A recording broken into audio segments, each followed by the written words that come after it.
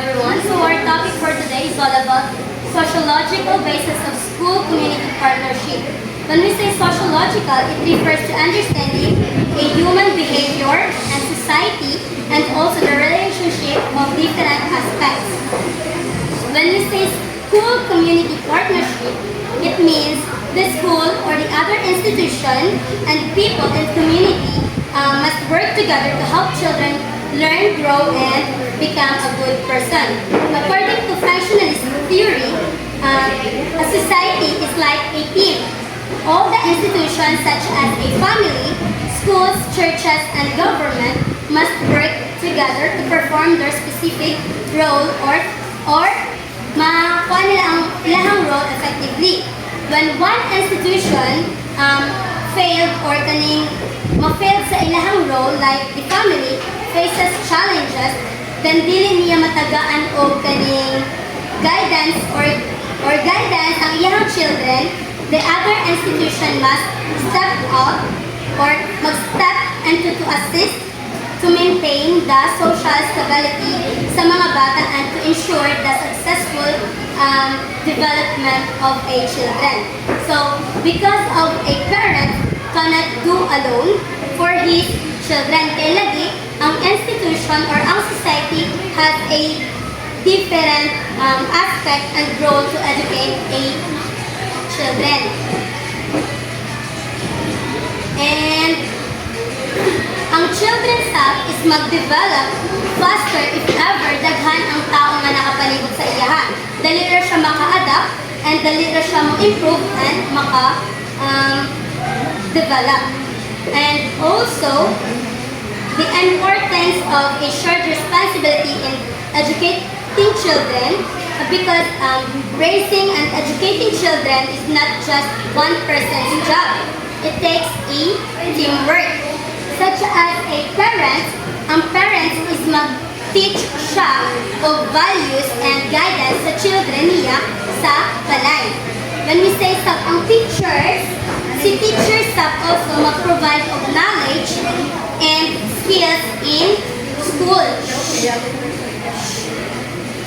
And also a community, ang community such as neighbors, leaders, and a society help sa bata na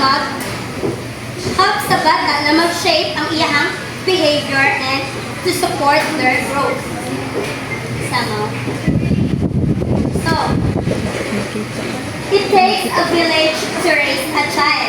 This is explained by the saying, it takes a village to raise a child because no one can do it alone. Means many people have a child grow, not just a people have to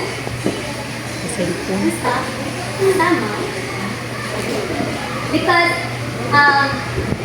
it takes a village to raise a child because no one can do it alone. Dili tayo sa parents na siya lang ang mag-raise sa iyang child. Kinahanglan ang lain-lain nga institution to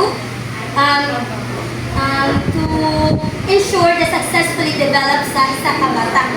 So, ang challenges sa parents nga nung dili nila mag-guide ng ilang mga bata is first, we have the broken marriages.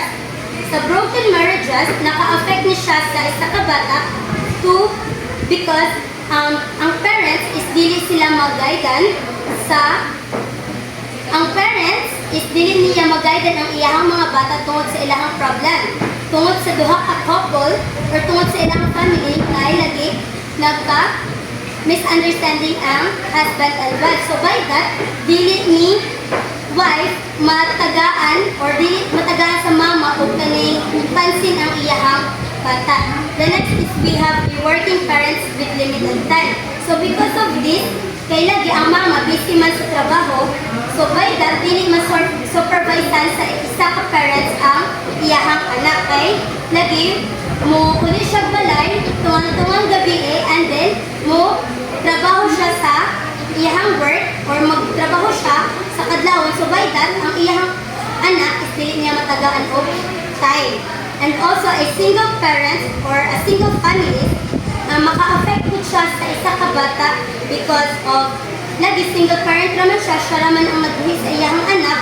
So by that, dili sab niya matagaan og guidance ang iyang bata kay lagi busy siya sa trabaho para sa iyang panginabuhian. So, because of these challenges, children may not always get enough time sa iyang parents to help or guide. And also, maka-affect po siya sa learning sa isa ka bata. Kaya lagi, na-addict naman ang isa ka bata sa gadget, so by that, isa ka bata is dili na ganahan mag-study or maghimo sa iyang mga homework. And also, maka-affect po ni gadget sa health.